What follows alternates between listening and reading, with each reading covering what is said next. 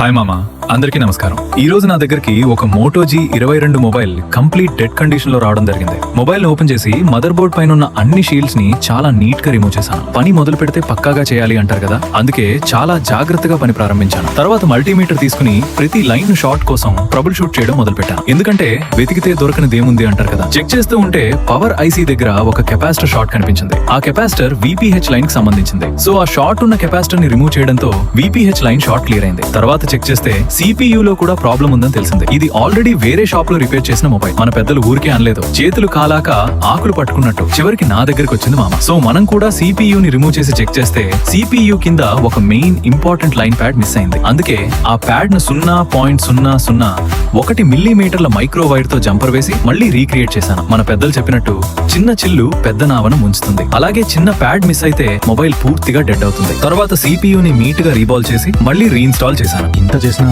Mobile ఇంకా on కాలేదు. మళ్ళీ ట్రబుల్ షూట్ చేస్తే ర్యామ్ లో కూడా ప్రాబ్లం ఉందని గుర్తించాను. అందుకే ర్యామ్ ని రిమూవ్ చేసి నీట్ గా క్లీన్ చేశాను. చూడగా ర్యామ్ కింద మొత్తం వాటర్ డ్యామేజ్ కనిపించింది. అప్పుడు నాకు గుర్తొచ్చింది, నీరు చేరితే నిప్పు కూడా ఆరిపోతుంది. అలాగే వాటర్ డ్యామేజ్ వల్ల ఈ మొబైల్ పూర్తిగా డెడ్ అయింది. సో బోర్డుని పూర్తిగా క్లీన్ చేసి ర్యామ్ ని కూడా రీబాల్ చేసి మళ్ళీ రీఇన్స్టాల్ చేశాను. తర్వాత మొబైల్లో ఉన్న ఐసీల పైన థర్మల్ పేస్ట్ అప్లై చేశాను. ఎందుకంటే ఐసీలు హీట్ అవ్వకుండా ప్రొటెక్షన్ ఉండాలి కదా. అన్ని పనులు పూర్తయ్యాక మదర్ బోర్డ్ ని మళ్ళీ మొబైల్లో ఇన్స్టాల్ చేసి ఆన్ చేశాను. అప్పుడు మొబైల్ అద్భుతంగా ఆన్ అయింది మామా. చూశారు కదా, ఓపిక ఉన్న వాడికి ఓడిపోవటం అనేది ఉండదు. ఇలాంటి రిపేర్స్ ఏమైనా ఉంటే తప్పకుండా సంప్రదించండి. మీ మొబైల్ డాక్టర్ ఆదర్శ్. వీడియో నచ్చితే లైక్ చేయండి, కామెంట్ చేయండి, ఫాలో చేయండి. లేకపోతే ఏమవుతుందో తెలుసా, రేపు మీ మొబైల్ కూడా ఇలా డెడ్ అయ్యి నా టేబుల్ మీద పడితే అప్పుడు నేను అడుగుతా, మామా అప్పుడే ఫాలో చేయాల్సింది కదా.